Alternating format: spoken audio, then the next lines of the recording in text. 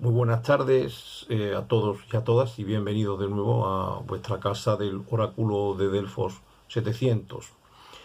La semana pasada comenzamos un vídeo que dijimos que lo dividiríamos en dos partes porque si no se alargaba muchísimo,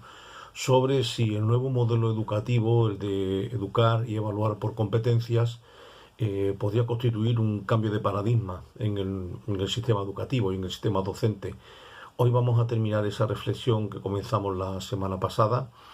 y vamos a hacerlo señalando, por un lado, cuáles tendrían que ser, quizás desde nuestro punto de vista, las competencias fundamentales sobre las que habría que incidir más para que realmente este nuevo modo, este nuevo formato de educación formal y de sistema educativo, pues pudiera realmente merecer la pena y ser útil y eficaz.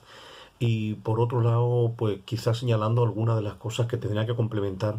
este nuevo modo, este nuevo paradigma, si es que merece este nombre y que aún pues no están suficientemente reflejadas, por no decir nada reflejadas en ellas, ¿no?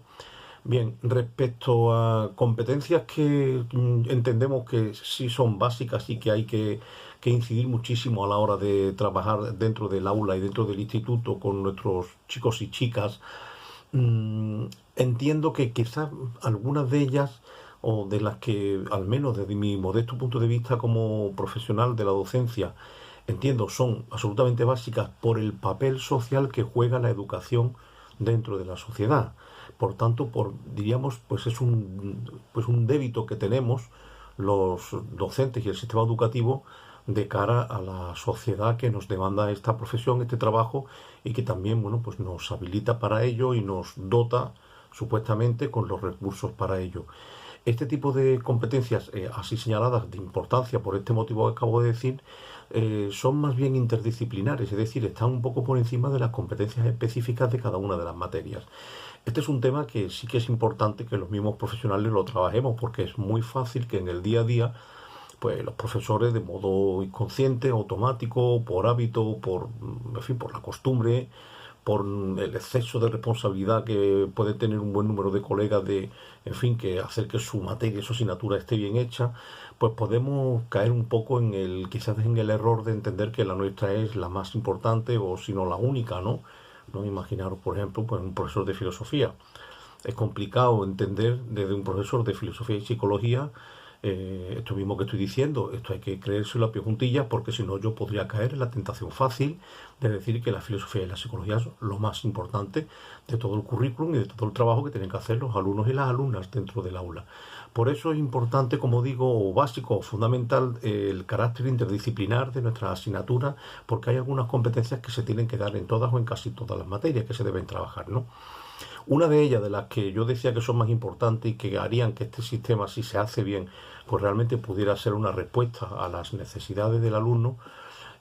una de ellas es que hay que trabajar muchísimo para poder después evaluar, ver si está haciéndose bien o no está haciéndose bien nuestro trabajo docente, que el sistema y el trabajo en el instituto sirva para que el alumno pueda encontrar su lugar en el mundo. Decíamos en el vídeo de la semana pasada que todo el nuevo modelo educativo basado en la educación por competencia arrancaba de la primera reforma del 96 de la LOCSE, que fue, como diríamos, la primera reforma en este sentido, en esta dirección. Obviamente no fue la primera reforma educativa, pero sí la primera en esta dirección, en este sentido, y que supuso dos o tres cambios absolutamente radicales. Ahí sí podíamos hablar de un nuevo paradigma, y uno de ellos era, más allá de los métodos, de los criterios de evaluación, la nomenclatura, el nuevo idioma, porque todo esto tiene un universo discursivo detrás, un lenguaje, un vocabulario, etcétera. Es todo un mundo.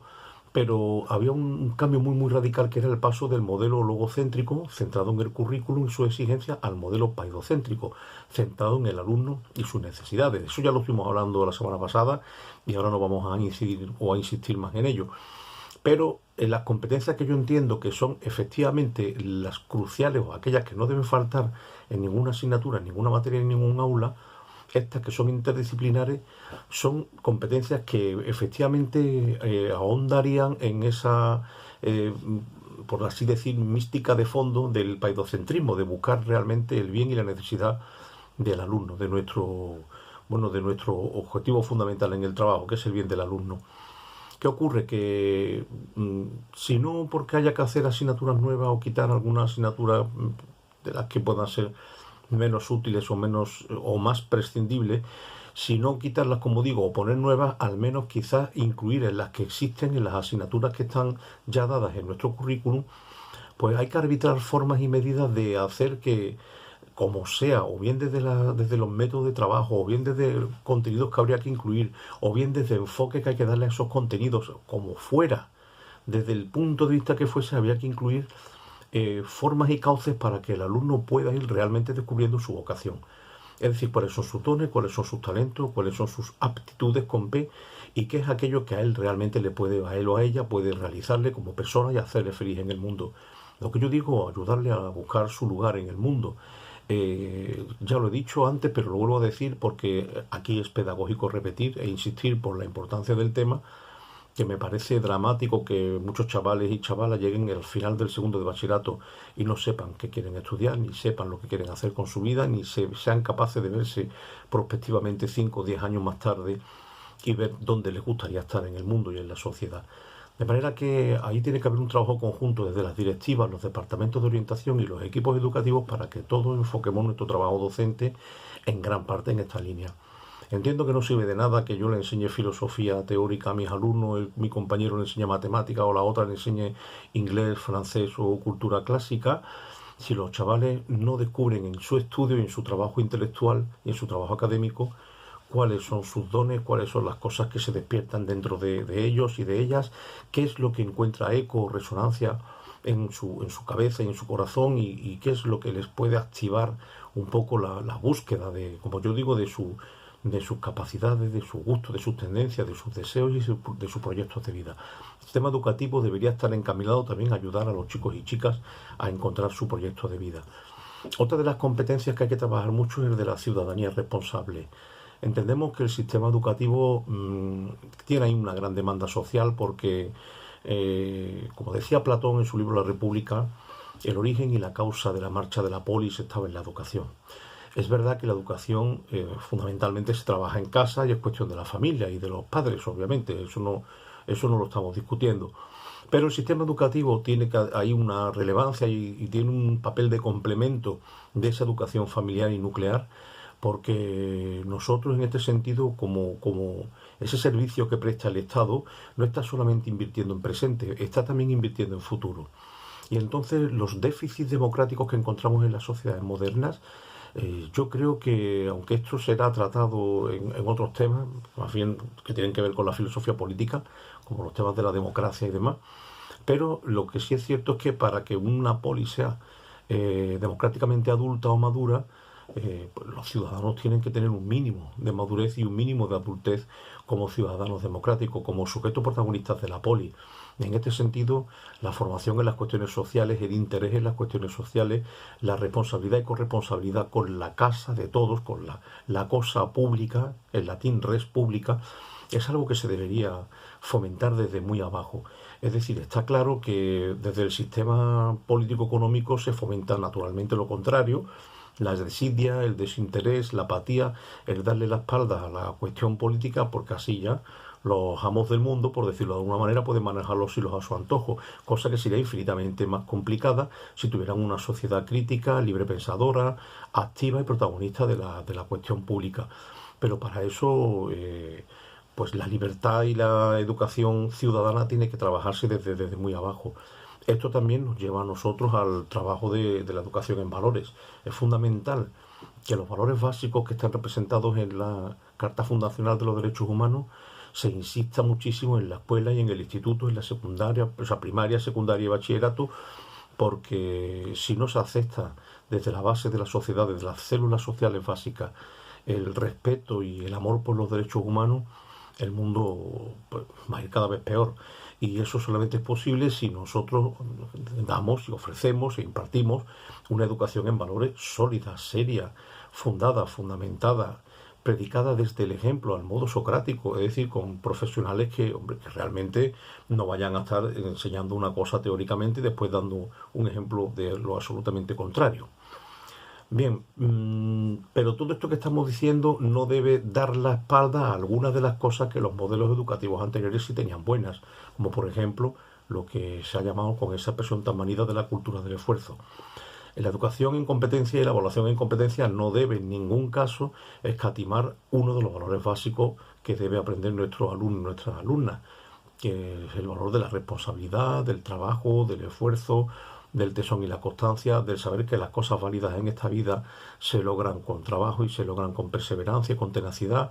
y el no convertir las escuelas en una especie de entertainment juvenil o clubes de entretenimiento para chicos y chicas, sino que estos son centros de formación y de educación. Y la educación y la adquisición de conocimientos, de competencias, de actitudes, de aptitudes con P,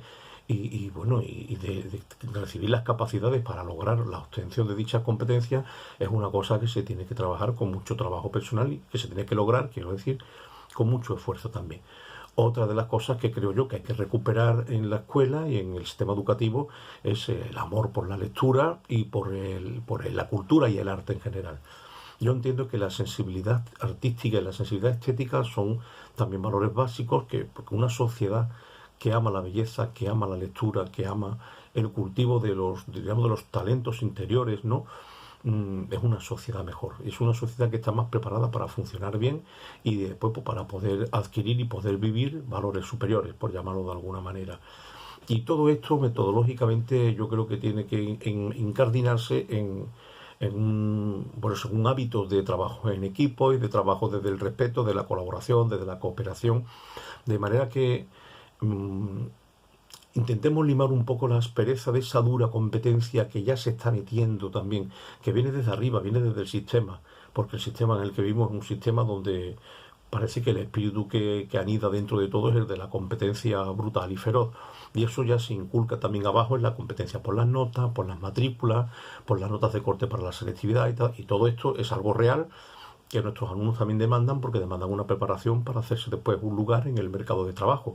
Pero eso tiene que ser contrarrestado también con otro tipo de valores metodológicos que ellos van a necesitar en el día de mañana. Como digo, básicamente el ser capaces de trabajar en equipo, de colaborar, de cooperar, de buscar objetivos comunes, de ser capaces de autoorganizarse, etcétera, etcétera.